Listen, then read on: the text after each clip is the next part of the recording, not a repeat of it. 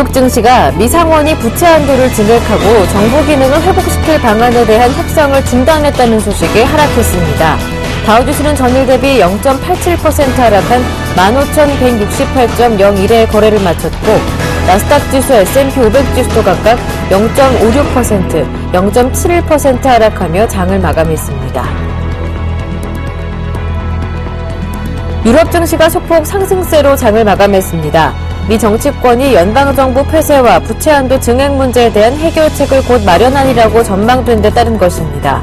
영국 증시와 프랑스 증시는 각각 0.64%, 0.78% 상승하며 거래를 마쳤고 독일 증시는 0.92% 올라 역대 최고치를 기록했습니다. 미국 상원이 부채 한도를 증액하고 정부 기능을 회복시키는 방안에 대한 협상을 중단했다고 딕더빈 민주당 상원의원이 15일 밝혔습니다. 상원이 협상을 중단한 가운데 하원은 별개의 법안을 마련하고 있는 것으로 알려졌습니다. 존 베이너 공화당 하원의장은 공화당 의원들이 협상의 진전을 위해 노력하고 있지만 아직 최종 결정은 내려지지 않았다고 말했습니다. 미국 뉴욕주 제조업 지수인 엠파이어 스테이트 지수가 10월 예상과 달리 5개월 내 최저치를 기록했습니다. 뉴욕 연방준비은행은 10월 엠파이어 스테이트 지수가 전월 6.29에서 하락한 1.52를 기록했다고 15일 밝혔습니다. 이는 시장 전망치 7을 하회하는 수준입니다. 세부 항목은 혼조세를 보였습니다. 신규 주문은 전월 2.4에서 7.8로 상승한 반면 선적은 1년여 만에 최고치인 16.4에서 13.1로 고용지수는 7.5에서 3.6으로 하락했습니다. 시티그룹의 3분기 순이익과 매출이 모두 예상에 못 미치는 부진한 모습을 보였습니다. 15일 시티그룹은 특정 항목을 규정한 3분기 전체 순이익이 32억 6천만 달러로 주당 순이익은 1달러 2센트를 기록했다고 발표했습니다. 이는 지난해 같은 기간 기록한 주당 순이익 1달러 6센트보다 3.8% 하락한 것으로 시장 전망치 주당 1달러 4센트에 못 미친 것입니다. 반면 인텔과 야후는 기대 이상의 실적을 보이며 선방하는 모습을 보였습니다. 인텔은 3분기에 주당 58센트, 총액 29억 5천만 달러의 순이익을 달성하며 전문가 예상치 54센트를 웃도는 결과를 발표했고 야후 또한 3분기 주당 순이익이 34센트로 전문가 예상치 33센트를 약간 웃돈 실적을 발표했습니다. 윌리엄 더들리 뉴욕 연방준비은행 총재가 연준 양적 완화 조치를 옹호하면서 재정 정책에서의 역풍에 맞서기 위해 비전통적인 부양책 등 모든 정책 수단을 동원해야 한다고 주장했습니다. 더들리 총재는 15일 멕시코 중앙은행 주최 강연에서 재정 정책으로 인한 경기 저해 요인을 해소하고 경제 성장을 지속적으로 부양하기 위해 중앙은행은 비정통적 부양책 등 모든 정책 수단을 사용해야 한다고 밝혔습니다. 그는 중앙은행이 독립성을 유지하기 위한 최선의 방법은 정책 목표를 달성하기 위해 모든 활용 가능한 정책 수단들을 사용하는 것이라며 이런 수단들은 독립성을 저해하는 심각한 리스크를 야기하지 않을 것으로 믿는다고 말했습니다. 안녕하세요. 굿모닝 대박예감 김보람입니다. 미국의 부채 한도 상향 데드라인이 이틀 앞으로 다가왔습니다. 그런 가운데 어제 글로벌 증시는 정치권의 협상 타결 기대감에 상승하는 모습이었죠. 코스피도 2040선을 넘면서 마감하면서 연고점을 경신했고요. 외국인들의 매수는 어제까지 33거래일째 이어지는 모습이었습니다. 오늘까지 이어진다면 사상 최장기록을 경신하게 되는 건데요. 앞서 유럽 증시까지 상승세를 이어가는 모습이었습니다. 소폭 상승하며 마무리가 됐었는데요. 하지만 다시 미국 정치권에서 협상 교착 상태에 진입했다는 소식이 나오면서 미국 증시는 실망감을 반영하는 모습이었습니다. 다우지수가 0.8% 정도 내리면서 나흘 만에 다시 하락했는데요. 이렇게 3대 지수 모두가 하락했고요. 공포지수로 불리는 빅스지수는 하루 만에 16% 급등하면서 다시 18선으로 다가가는 모습이었습니다. 실적과 지표도 부진했다고 하는데 자세한 내용 잠시 뒤에 알아보겠습니다. 굿모닝 대박예감 지금 바로 출발합니다.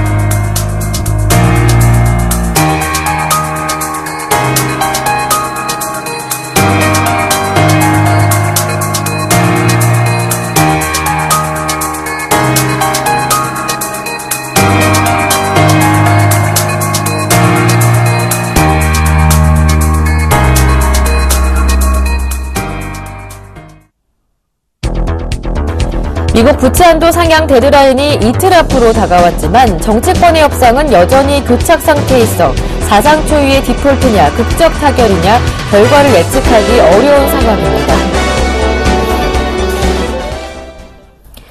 네, 글로벌 증시의 마감 소식 자세하게 알아보고요. 이슈 점검까지 해보는 시간입니다. 레이크쇼어 인베스터스의 이현민 이사님 모셨습니다. 안녕하세요. 안녕하십니까. 네, 먼저 이슈 점검해 보기 전에 증시 마감 소식부터 전해드리겠습니다. 뉴욕 증시가 하락으로 마무리됐습니다. 0.8% 정도 다우지수가 내려서 마무리됐고요. 그에 앞서 마감됐었던 유럽 증시는 협상 타결 기대감에 소폭 오르면서 마무리가 됐습니다. 그렇습니다. 결과적으로 상원에서 중재안이 네. 공화당과의 거리를 좁히지 못하는 것으로 현재 나오고 있는 상태입니다. 오늘 이런 기대감이 좀 있었지만 뉴욕 증시는 막판에 이것이 이제 불발 가능성이 좀 높아지자 지수가 아랫방향으로 그 지수 방향을 틀었습니다. 오늘 다우와 나스닥, S&P 500 지수 모두 하락세를 유지를 했습니다. 다우는 마이너스 0.87%가 내린 15,168포인트로 마감이 됐고요. 나스닥도 0.56%가 내려왔습니다. 3,794포인트. S&P 500 지수도 0.71%가 내려간 1698로 1700선 밑으로 들어가게 됐습니다. 이제 한 이틀 정도 실제적으로는 하루 반나절 정도밖에는 시간이 없다라고 볼 수가 있겠는데요. 사상 초유의 디폴트 사태 이런 부분에 대해서 아직 상정하고 있지만 의회에서의 진통이 예상보다 현재 길어지고 있고 접점을 찾지 못하고 있는 점, 이런 점은 상당히 우려 섞인 부분이라고 볼 수가 있겠습니다. 특히 상원이 현재 마련하고 있는 부분, 공화당 그 상원 이른바 소수파 의원들도 이를 지지하지 않겠다라고 얘기를 했습니다. 이러자 해리 리드 민주당 상원 원내대표가 대통령의 이름을 열거하면서 사상 초유의 디폴트 사태가 임박하고 있다, 이렇게 토로를 했는데요. 낙관은 좀 금물이라고 보겠습니다. 여러 가능성을 좀 대비를 해야 될 것으로 볼 수가 있겠습니다.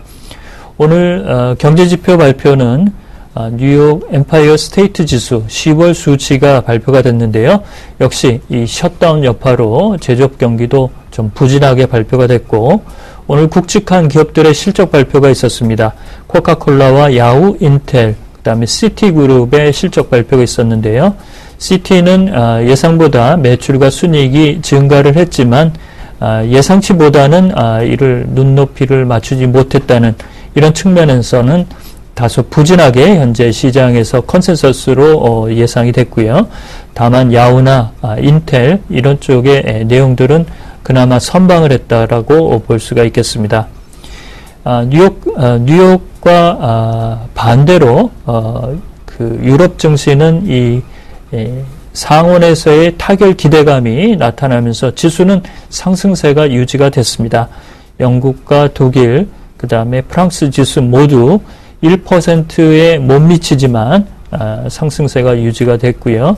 이탈리아 MIB 지수, 스페인의 아이벡스 지수, 포르투갈의 PSI 20 지수 모두 상승세가 유지됐다는 점, 전반적으로 유럽 증시는 뉴욕의 타결 기대감이 좀 높게 나타난 하루였습니다.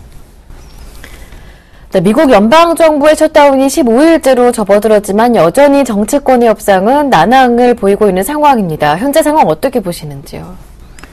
그렇습니다. 상원에서도 현재 상원 민주당 의원들이 마련하는 안이 오바마 대통령이 보기에는 만족할 만한 안이라고 볼 수가 없겠습니다. 그래서 이것이 만약에 통과가 되더라도 오바마 대통령이 이를 수용할지 여부는 다소 미지수인데요. 그렇지만 시간이 워낙 촉박하기 때문에 이를 받아들일지 여부도 상당히 고민거리라고 볼 수가 있겠습니다. 현재 상원 해리 리드 민주당 원내대표는 그 공화당과의 접점을 찾지 못하자 일단 오늘 회의는 결렬됐다, 이렇게 얘기를 했고, 추가적으로 더 숙의를 하겠지만 현재로서는 결과를 내놓기가 좀 어려운 국면이다라는 부분을 토로를 했습니다. 오늘 해리 리드 대표가 미국의 국가신용 등급이 강등될 수 있는 위험이 있다라고 지적을 했는데요. 특히 피치가 다시 한번 지난 8일에도 등급 강등 강화 얘기가 그 경고 사인이 나왔었는데요. 오늘 그 진통이 계속되자 다시 한번 등급을 강화할 수 있다는 이런 경고 메시지가 나오고 있습니다. 결과적으로 보면 외부의 자극이 없다면 현재로서는 시안에 촉박한 이런 의회가 어떤 그 타협점을 마련할지도 상당히 궁금하다고 하겠습니다.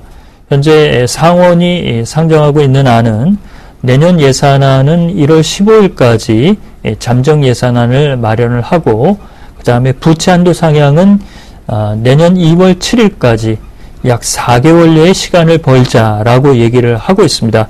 그렇지만 하원은 12월 초까지 부채 상한을 올려주는 이런 한 달 조금 넘는 이런 부분으로 하원 내부적으로 다시 이 안을 올리겠다라고 얘기를 하고 있습니다. 이렇게 되면 상원과 하원 모두 각자의 안을 계속 들고 있는 이런 상황인데요. 한국 시간으로는 이제 하루 반 정도가 남은 상황입니다. 이런 부분에서 의회 타결이 나오지 않을 경우에 미 증시의 그 17일자, 우리 그 아시아 증시로는 18일자의 지수 변동을 좀 잘 살펴야 될 것으로 볼 수가 있겠습니다. 네, 이제 한국 시간으로 본다면 목요일 오후 1시 정도가 되겠는데요. 이제 아직까지는 시장이 잘 버텨주고 있습니다만 그래도 불안감을 감추지는 못하는 흐름입니다. 17일 전까지, 그러니까 내일 목요일 1시 전까지, 오후 1시 전까지 어떻게 좀 타결이 나올 수 있을지 어떻게 예상하시는지요? 그렇습니다. 이번 주 들어서 저희가 이제 월요일 날 이 부분을 짚어드렸는데요. 그때도 이제 말씀을 드렸죠. 외부의 충격이 없이는 현재로서는 좀 속도를 내기가 어려울 것으로 저의 개인적인 식견은 이렇게 보고 있는 상태입니다. 따라서 17일 이후에 현재 S&P나 무디스는 등급을 강화할 그 내용이 있느냐 이런 부분에 대해서 언급을 회피하고 있는 상태고요. 피치사는 이제 영국 쪽이기 때문에 다운그레이드가 나올 수 있는 일만의 가능성이 1% 이상은 된다라고 볼 수가 있겠습니다. 오늘 새벽에 다시 한번 이런 경고를 했기 때문에 17일 이후에는 언제든지 그 가능성을 투자자 여러분들이 좀 열어놓고 봐야 될 것으로 보이고요.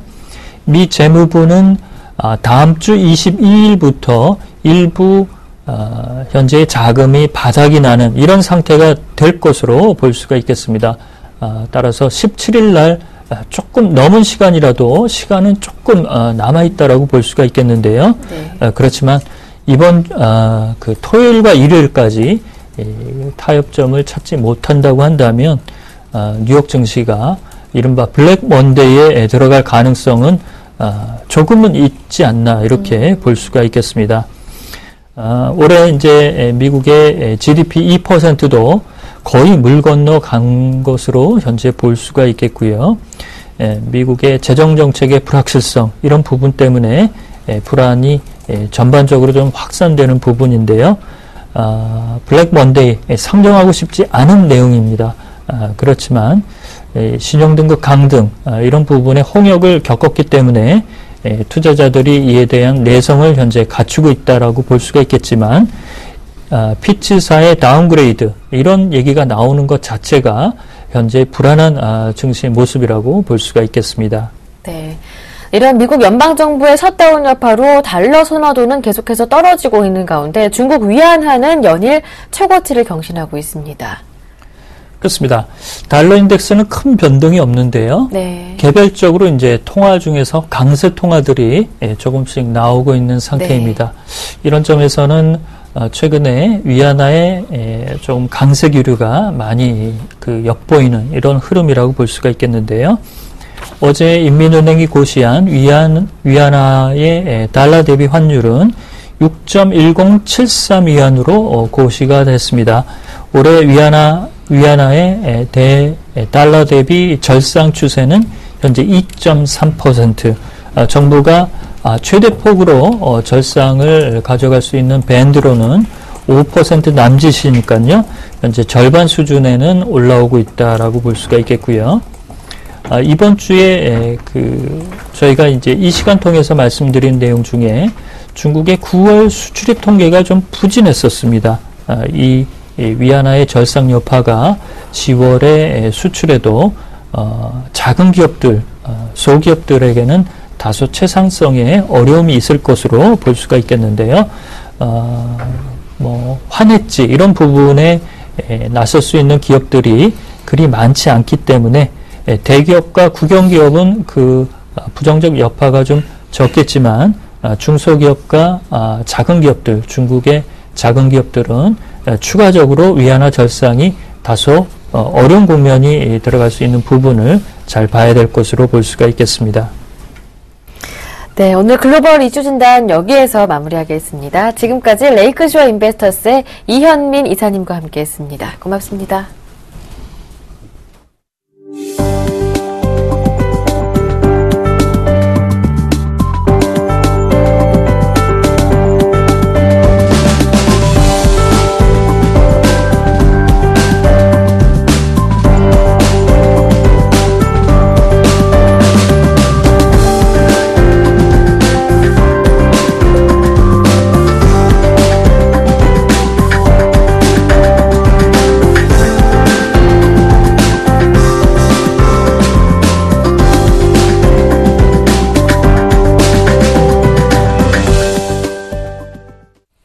이어서 오늘장 전략 시간 함께하겠습니다. 매주 수요일은 시장에 난제한 여러 가지 이슈들 한꺼번에 정리해드리는 시간 마련하고 있는데요. 오늘은 유진투자증권 압구정지점의 정승현 과장님과 함께하겠습니다. 안녕하세요. 네, 안녕하세요. 네, 지난 한 주 동안, 그러니까 어제까지 한 주 동안 국내 증시에 영향을 미쳤던 굵직한 이슈들 한번 정리를 해보겠습니다. 일단 어제 코스피가 2040선까지 연고점을 경신을 했어요. 네. 아무래도 결국, 외국인의 힘이었다라고 이제 보시면 될 것 같고, 결국 외국인이 이렇게 살 수 있는, 어제도 3천억 이상, 순매수가 들어왔는데, 아무래도 미국의 부채한도 얘기가 빠질 수는 없겠죠. 부채한도 협상 기대감들, 극적 타결의 가능성이 높아지면서, 어제까지, 외국인이 33거래일 연속 순매수를 보이면서 시장의 상승에 견인차 역할을 했다라고 이제 보시면 될 것 같고요. 그리고 두 번째 이슈로는 외국인이 그러면 지금까지 어제까지 계속해서 사고는 있는데 과연 어떤 종목들에 집중적으로 매수를 하고 있느냐, 이 부분을 가장 또 눈여겨 보셔야 될 부분이 아닌가라고 보여지는데, 외국인은 사실 최근에 사는 종목들을 보면 밸류에이션과 상관없이 상당히 성장성에 베팅을 하는 종목들이 상당히 많습니다. 어차피 올해 실적 기준으로 밸류에이션을 따져봤을 때는 어떻게 보면 이제 고평가 영역에 들 수밖에 없는 그런 종목들이 상당히 많죠. 하지만 하반기 그리고 내년까지 이제 시장을 본다라고 했을 때 어떤 성장이 완벽한 그림을 그려줄 수 있는 종목들에 대해서는 외국인이 밸류에이션과 상관없이 좀 무자비하게 베팅을 한다라고 해도 과언이 아닐 정도로 상당히 공격적으로 사고 있습니다. 가장 대표적인 종목이 네이버가 분할 상장 이후에 지금 현재 올해 실적 그리고 내년 실적까지 보더라도 PER이 40배가 넘어가는 수준까지 지금 거래가 되고 있는 실정입니다. 그게 비싸냐, 비싸지 않냐. 사실 구글과 여러 가지 글로벌 플랫폼과 비교했을 때 딱히 고평가는 아니다. 구글도 30배, 40배 PER을 충분히 받고 있기 때문에 네이버도 라인이라는 글로벌한 플랫폼을 이제 시작하는 단계이기 때문에 충분히 높은 밸류에이션을 줘야 된다라는 게 외국인의 관점이다라고 보시면 될 것 같고요. 그리고 마지막으로 지난 월요일이었죠. 월요일 날 정부 정책의 발표를 했습니다. 원전 관련해서 원전을 축소시키고 대체 에너지 쪽, 뭐 풍력이라든지 그리고 태양광 쪽, 그리고 LNG 이쪽의 비중을 그 전력난을 전력의 수급의 원동력으로 만들어내겠다라고 이제 발표를 했습니다. 2035년까지 원전의 비중을 약 22에서 29%까지 줄이는 방안을 검토 중이다라고 발표를 하면서 관련이 없다라고 말씀을 드리기는 그렇습니다만, 피해를 보는, 원전 관련주들은 급락을 했고, 그리고, 대체 에너지들, 풍력이라든지, 그리고, 태양광 관련주들은 급등을 하는 모습을 보였습니다. 결국, 시장이 중장기적인 모멘텀으로 정부 정책에 따라서 아무래도 대체 에너지 관련주들은 중장기적인 모멘텀을 충분히 확보해 나가는 사항이 아닌가라고 보여지고요. 뭐 이런 어떤 시장의 트렌드가 조금씩 이제 바뀌고 있는, 사실 태양광과 풍력 관련주들도 실적은 딱히 가시적인 실적을 못 내고 있지만, 어떤 중장기적인 플랜에 국가까지 가세를 해준다라고 한다면 이 부분도 밸류에이션과 상관없이 좀 더 아웃퍼폼 할 수 있는 그런 영역에 들어갈 사항이 아닌가라고 보고 있습니다. 네. 네, 미국 부채 한도 협상이 가장 큰 이슈로 자리 잡고 있는 가운데 국내 증시 외국인들의 매수가 꾸준하게 유입되고 있습니다. 어떤 종목을 샀는지 살펴봤더니 밸류에이션은 고평가될지라도 앞으로 성장성에 집중하면서 종목들을 매수하고 있는데, 가장 대표적인 종목으로 네이버 말씀해 주셨었죠. 네이버 어제 한 60만 원 돌파를 했습니다. 한 63만 원대까지 8~9% 급등하는 모습이었는데, 글로벌 포털사 대비해서는 아직은 저평가된 영역이다 말씀해 주시면서 외국인들의 매수 당분간 유지될 수 있을 것이라고 전망이 되고요. 정부 원전 축소 소식에 대체 에너지주도 상승을 했었는데, 중장기적으로 관심을 두셔도 괜찮겠다라는 말씀까지 한번 들어봤습니다. 이렇게 지난 한 주 동안 영향을 미쳤던 이슈들을 정리를 해봤는데요. 그렇다면 앞으로의 한 주간 국내 증시에 영향을 미칠 이슈들 어떤 것들이 있는지 미리 짚어보겠습니다. 네. 지난주와 이번 주 이슈가 그렇게 확연하게 다르다라고는 말씀을 못 드리겠고, 계속 이어지고 있죠. 외국인이 지금 33거래일째 거의 날수로 보면 거의 2달치 정도의 순매수가 이어지고 있기 때문에, 과연 이게 계속 ING형이냐, 현재 진행형이냐, 이 부분이 가장 시장에 관심이 높은 부분인 것 같습니다. 일단 이번 주도 역시나 부채 한도가 원만히 타결이 되고, 그리고 특별한 글로벌 이슈 아니면 국내외적 내든 외든 이슈가 없다라고 한다면 외국인의 순매수 행진은 진행될 가능성이 높지 않겠느냐, 그렇게 보여지고 있고, 그리고 지난 IMF 때 이제 34거래일 정도 연속으로 외국인이 순매수를 했던 기록이 있는데, 지금 15년 만에 이 기록 경신을 할 가능성도 높아진 상황이다. 오늘까지 사고 내일까지 이번 주 내내 사게 되면 이제 기록 경신이 되는 거죠. 그렇기 때문에 이 순매수 행진이 외국인이 언제까지 이어질 건지, 이제 다음 주 내내 이어질 가능성이 있는지, 이 부분도 상당히 주목해야 될 부분인 것 같고, 지수가 결국 2040이기 때문에 이 부분에서 과연 외국인이 부담을 느끼고 순매수에 들어올 것이냐 들어오지 않을 것이냐, 이 부분이 상당히 주목할 필요가 있는 가장 첫 번째 이슈로 꼽아봤고요. 그리고 두 번째 역시나 국내 지수 이슈인데, 지금 현재 지수가 2040입니다. 사실 거의 2년간 지수가 박스권에 상당히 갇혀 있는 그런 모습이었습니다. 2011년 이후에 2011년 한 7월경 정도에 2190포인트 정도 찍은 이후에 급락이 나오고, 그 이후에는 2050을 단기적으로 돌파한 적이 단 한 번도 없었습니다. 그 부분이 과연 2050을 뚫고 2100 이 선까지 갈 수 있느냐, 이 부분도 시장의 관심이 상당히 높아진 상황이고, 결국 외국인의 힘에 달려 있겠죠. 기관의 매수가 조금씩 줄어들고, 기관의 매도가 순환매 영향으로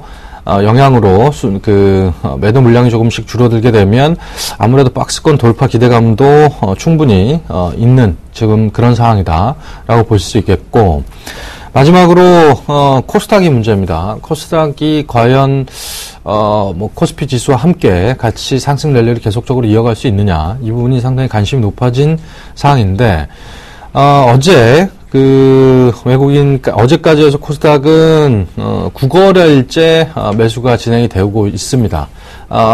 지금 현재까지 코스피에서 계속적으로 사왔던 자금들이 일부 코스닥으로 전이될 가능성도 있지 않겠느냐. 충분히 이 부분도 고려해 볼 만한 사항이다라고 말씀을 드릴 수 있겠고, 결국 외국인의 수급이 코스닥까지 전이가 되는지 여부, 그리고 한 이틀째 기간의 매도가 코스닥에서 공격적으로 나오고 있는데, 이 부분도 어느 정도 코스닥 매도 물량이 줄어들고 코스닥의 외국인의 물량이 순매수가 얼마나 지속이 되느냐, 이 부분도 관심 있게 보셔야 될 부분이 아닌가라고 보고 있습니다. 네, 외국인들의 매수는 당분간 이어질 것이다 이렇게 내다보시면서 2년간 가장 강력한 현재 박스권이 2050도 상향 돌파될 수 있지 않을까 코스피 전망해 주셨고요. 코스닥 마찬가지로 외국인들의 수급이 어느 정도 이어질 수 있을지 체크해 보시는 것도 굉장히 중요하다 말씀해 주셨습니다. 네, 지금까지 한 주간의 이슈 모두 정리를 해봤는데요. 유진투자증권 정승현 과장님과 함께했습니다. 말씀 잘 들었습니다. 고맙습니다. 네, 감사합니다.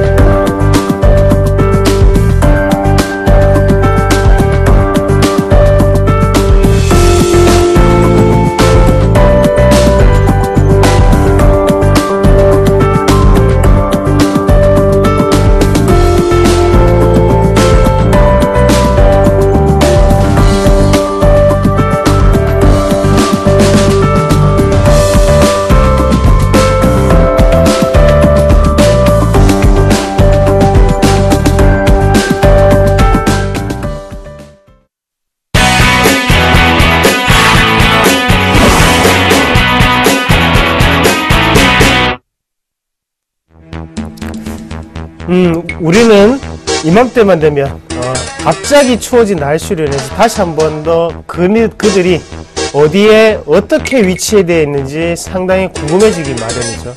바로 제가 오늘 말씀을 드릴 거는 겨울 의류 테마주에 대해서 말씀을 드릴 건데요. 두꺼운 옷만큼이나 현재 같은 경우에는 가격도 상당히 비싸게 책정되는 게 바로 이 겨울 의류, 바로 아웃도어 시장의 분위기입니다. 과연 그들은 지금 어디서 주가는 어떻게 움직이고 향후에 방향성은 어떻게 나타날지 오늘 이 시간을 통해서 한번 같이 찾아보도록 하겠습니다.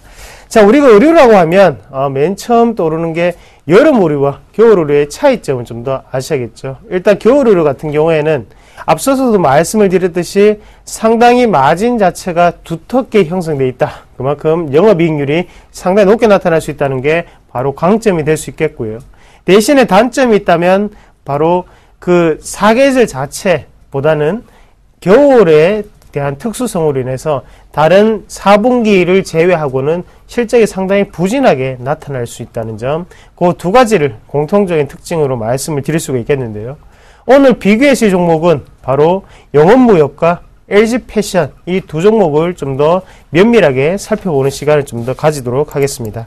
자, 먼저 영업무역부터 우리가 한번 같이 보시면요.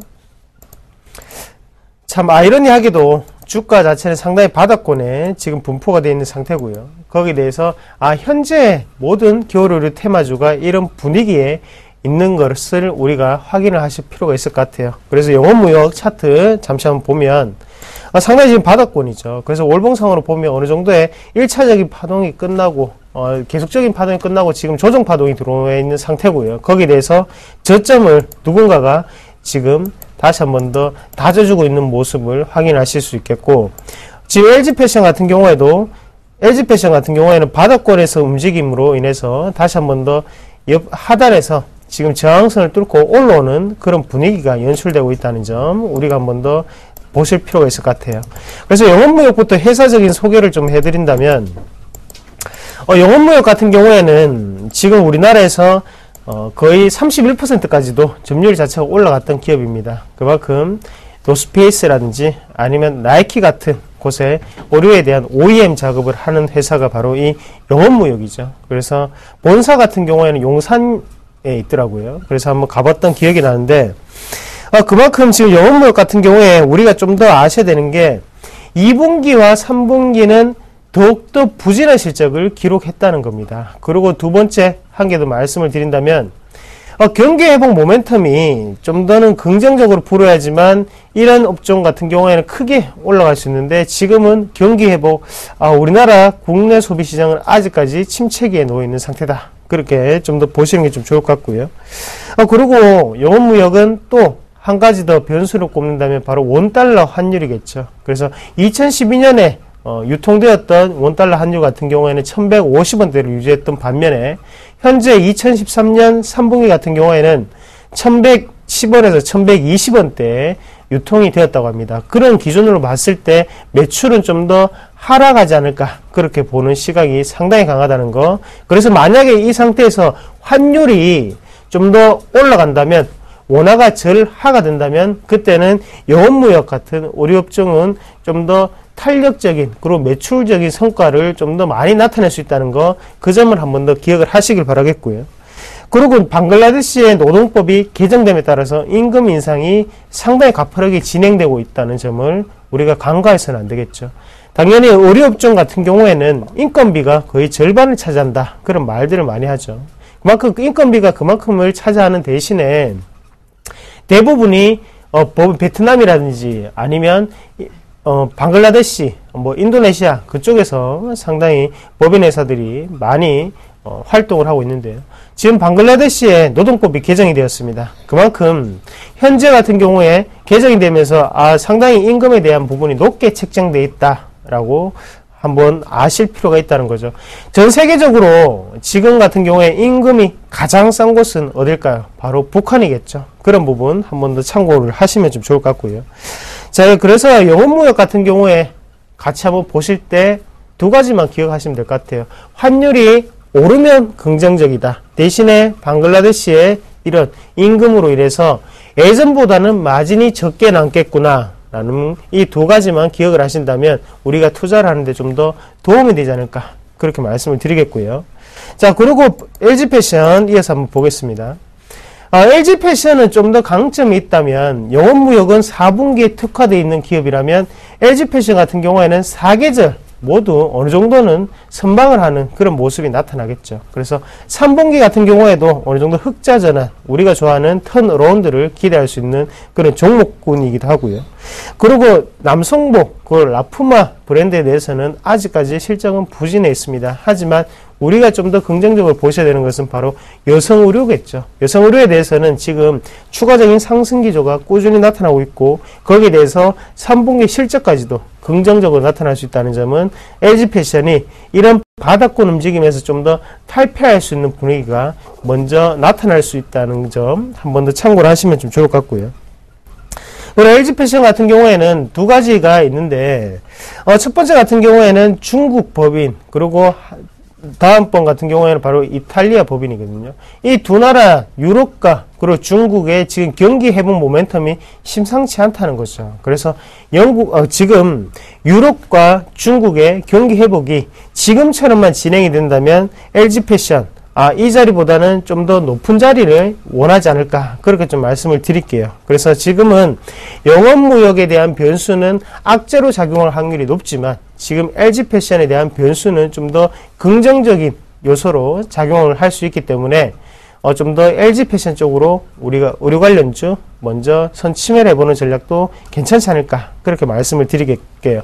같이 차트를 보면서 추가적으로 좀 설명을 드리면, 지금 대부분 제가 오늘 말씀을 드렸던 이유도 갑자기 추워진 날씨로 인해서 분명히 테마성 재료가 한 번쯤 돌아갈 수 있다는 점을 우리가 한번 살펴보실 필요가 있겠고요.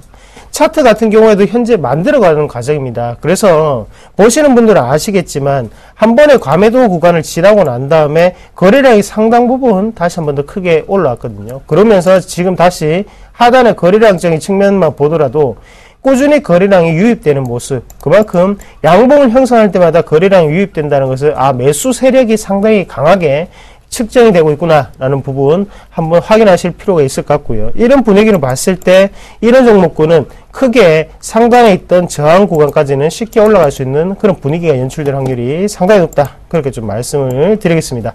아침부터 일찍 일어나셔서 이 방송을 시청하고 계시는 시청자님들, 오늘 중요한 팁 하나 드렸습니다. 추워진 날씨 테마성 재료가 불 수 있겠구나. 대신에 영업무역은 변수가 많다. LG패션 괜찮은 종목, 그리고 턴어라운드까지 기대가 된다는 점 다시 한 번 더 참고를 하시고요. 오후 3시 반에 다시 뵙도록 하겠습니다. 고맙습니다.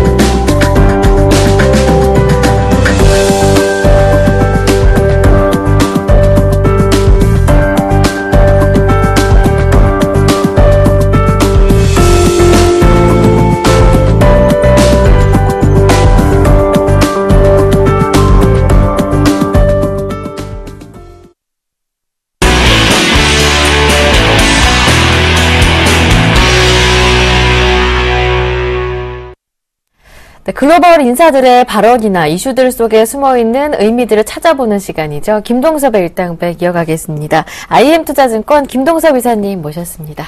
안녕하세요. 네, 안녕하세요. 네, 김동섭의 일당백 그 첫 번째 라운드 지금 바로 시작합니다.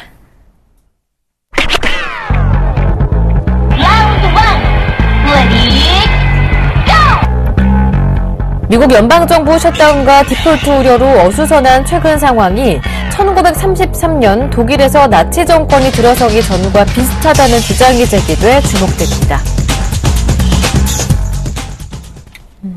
미국 경제학 교수들, 독일 경제학 교수들의 지적이 잇따르고 있습니다. 독일 나치 정권 들어서기 전 상황과 지금 미국의 상황이 상당히 비슷하다. 어떤 주장인가요? 결국은 그 정부가 디폴트를 하고 나고 네. 그 이후로 이제 문제가 야기됐다라는 얘긴데요. 과거에 그 유진 화이트라는 교수가 이제 역사적으로 보면 1339년도에 백년 전쟁이라든가 1789년도에 프랑스 혁명, 또 1930년도에 나치 정권 등장이 있어서 공통점은 정부가 디폴트를 했다라는 거죠. 그러니까 지금 그 디폴트 위기가 나올 시에는 아주 중요한 상황이다라는 거고, 그것은 이제 미국이 정말 그 옛날부터 미국이 뭐 언젠가는 종말을 맞을 거야, 막 이런 얘기가 있었죠. 그래서 뭐 부가 서유럽에서 다시 미국으로 가고 미국에서 다시 아시아로 오고 있다, 뭐 그런 뭐 얘기도 옛날부터 있었는데요. 그만큼 지금 그 미국의 그 입장이 굉장히 위험하다라는 얘기를 하는 것 같습니다. 제가 볼 때는 그 당시와 지금은 많은 차이가 있다라는 거죠. 그 당시에는 돈도 많이 풀리지 않았었고요. 또 그 당시에는 사람도 그렇게 많지가 않았습니다. 또 금융기법도 많이 발전하지 않았죠. 특히 달러가 지금은 기축통화인데 그때는 사실 그 기축통화라고 보기도 좀 어려운 그런 상황이었죠. 이런 상황을 본다면 미국의 우려는 너무 과하게 가져가고 있다라고 판단이 서고 있고요. 미국의 그 기축통화가 문제가 된다면 전 세계는 정말 심각한 문제로 가는 건 확실합니다. 왜냐하면 전 세계의 어떤 그 통화에 있어서 미국의 영향이 굉장히 큰데요. 그 중에서 이제 원자재 시장만 해도 거의 달러로 결제를 합니다. 이런 모습을 본다 그러면 미국의 문제가 심각해진다면 사실 1930년대나 1339년대나 그때보다는 더 심하겠죠. 그렇지만 제가 볼 때는 그때의 상황과 지금 상황은 많이 다르기 때문에 큰 문제는 없을 것이다 라고 판단하고 있고요. 물론 시간이 지나면 언젠가는 미국이 쇠퇴하는 그런 시점이 있을 수도 있습니다. 그렇지만 지금은 그러한 시점은 아니다 라고 판단해야 될 것 같습니다. 네. 독일 정부가 이 디폴트에 처했고 또 나치 정권에 힘을 실어줬던 1933년 당시의 독일과 지금 미국의 상황이 상당히 비슷하다라는 게 유진 화이트 교수의 주장인데요. 그만큼 위험한 상태다라는 걸 꼬집고 싶었겠죠. 하지만 당시 독일과 지금 미국의 상황은 상당히 다르다 말씀해 주시면서 우려 또한 과도하다라고 김동섭 이사님께서 지적하셨습니다. 네, 두 번째 라운드 지금 바로 출발하겠습니다.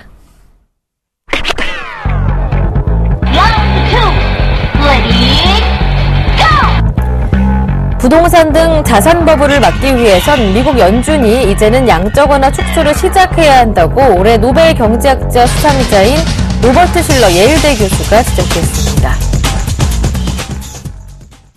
네, 올해 노벨 경제학자 수상자이죠. 로버트 실러 예일대 교수가 부동산 자산 버블을 다시 한번 경고를 했습니다. 양적 완화 축소가 그래서 지금부터 시작이 돼야 한다라는 주장인데요. 그 사람은 이제 케이스 실러라는 그 주택가격 지표를 만든 사람이에요. 네. 굉장히 유명한 사람이죠. 그리고 과거에 그걸 좀 잘 맞췄고요. 근데 이 사람은 뭐냐면 지금 그 부동산 가격이 2008년도에 그 버블이 일어나면서 2007년도에 버블이 나면서 2008년도 9년도에 금융위기가 와가지고 지금 전 세계가 지금 양적 완화를 했고 그런 문제가 있었는데 지금 그 5년 전에 그 모습이 현재 또 나타나고 있다라고 하죠. 그래서 부동산이나 국채라든가 여러 가지 면에 원자재라든가 뭐 금 이런 데에서 엄청난 버블이 일어나고 있기 때문에 그때와 상황을 반복하지 않으려면 지금 양적완화 축소를 빨리 해서 주택 가격이 올라가는 것을 막아야 한다 이렇게 얘기를 하고 있는데 제가 볼 때는 그때보다도 아직 한 24%가 좀 낮은 상태고요. 그다음 아직 버블이 나왔다고 보기에는 좀 이른 것 같습니다. 미국 지수도 역시 뭐 15,000대에 올라왔지만 사실 14,198이 2008년도에 고점이었거든요. 그거보다 한 뭐 1000포인트 더 올라온 것밖에 안 되고요. 주택가격도 마찬가지고 금 가격도 역시 지금 그 1800, 1900까지 갔다가 지금 1200대에 내려와 있는 것으로 본다면 버블이라고 보기는 어렵다라는 거죠.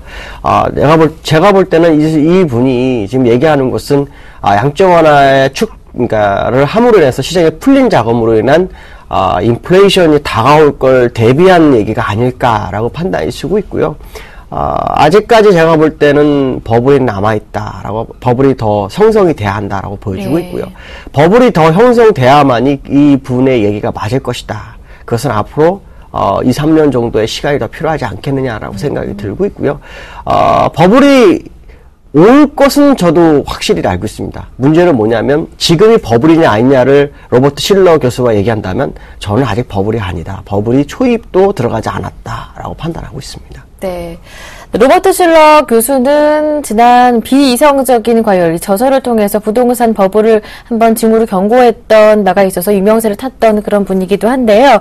부동산 버블이 올 수는 있다. 여기에는 동의하시지만 앞으로 2, 3년 후이다. 이렇게 김동섭 이사님은 주장하십니다. 두 번째 라운드 여기서 마무리하고요. 마지막 세 번째 라운드 시작합니다.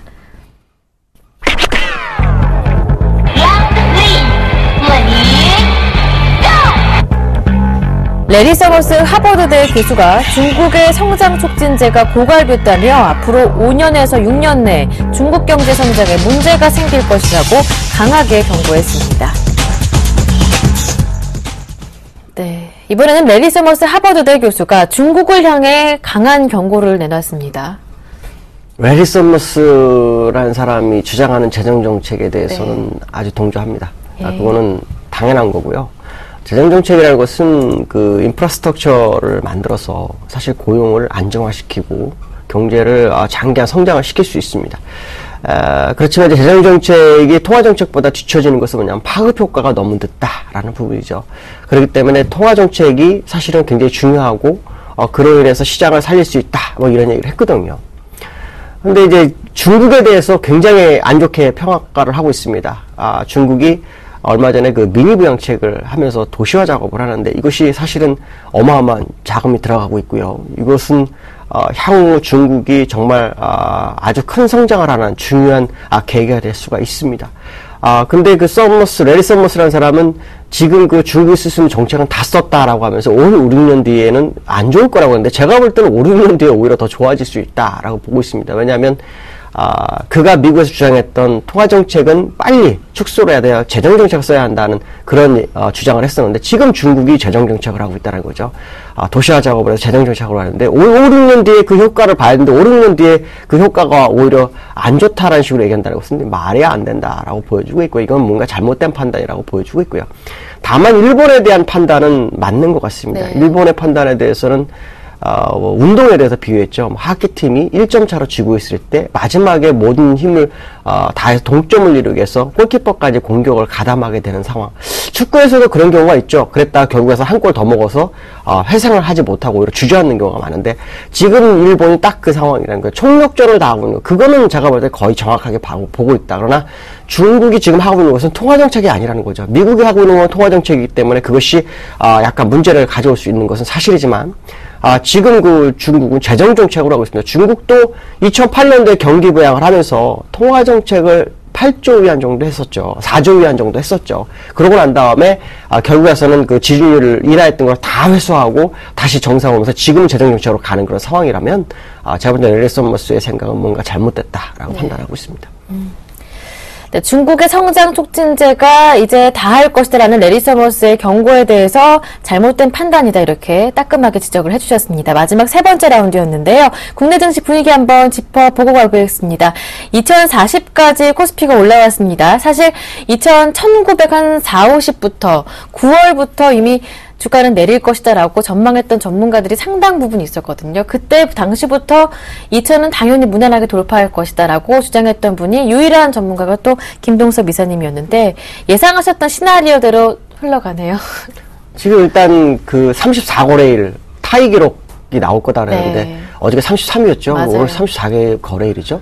어저께 제가 아마 그냥 지나치는 식으로 얘기했던 것 중에 뭐냐면 외국인의 비중이 41%까지 늘어날 것이다라는 제가 얘기를 했었을 겁니다. 아마 그 가능성 굉장히 높다고 보여지고 네. 있고요. 다만 제가 좀 우려스러운 것은 약 5거래일 안에 갭 상승이 2개가 출현을 했어요. 네. 이게 출현을 하게 되면 이거는 꼭 메우고 가는 경향이 있습니다. 그렇다면 이것을 본다면 미국의 그 정부 예산안 문제가 17일이 아닌 하루 이틀 정도 딜레이를 치면서 약간 눌러주는 차트가 나올 수도 있습니다. 그러면 그것은 오히려 그 매수 얘기로 접근하시면 될 것 같고요. 미국 차트, 일본도 역시 마찬가지입니다. 어려운 곳에서 되돌렸는데 다시 회귀하는 모습이 나타난 것으로 보았을 때는 정부채 상한 문제가 약간 걸림돌이 될 수 있는 상황이 됐다. 무슨 말이냐면 17일이 아닌 하루 이틀 연장될 수 있는 부분이 있다. 네. 원래는 빨리 해결해야 될 부분이었는데 그렇지 못한 것이 나타날 수도 있지 않을까라는 어떤 시나리오를 한번 생각해보고 있고요. 그렇지만 중요한 것은 뭐냐면 잘 해결돼서 우리나라도 더 상승을 할 것이다 라고 생각하시면 맞을 것 같습니다. 네. 네, 긍정적인 전망대로 국내 증시 흐름도 이어가고 있는데요. 다만 17일이 마감 시한인 미국의 부채 한도 상향 마감 시한 한 하루 이틀 정도 지연이 될 수가 있는데 이때 국내 증시도 한번 눌려줄 수가 있다. 이때가 오히려 매수 기회니까 이때 공략해보자라는 말씀까지 들어봤습니다. 지금까지 IM투자증권의 김동섭 이사님과 함께했습니다. 고맙습니다. 네, 감사합니다. 네, 굿모닝 대박예감 오늘 순서 여기에서 마무리하겠습니다. 오늘 수요일이죠. 힘차게 출발하시기 바랍니다. 행복한 하루 보내세요. 저는 내일 다시 오겠습니다. 고맙습니다.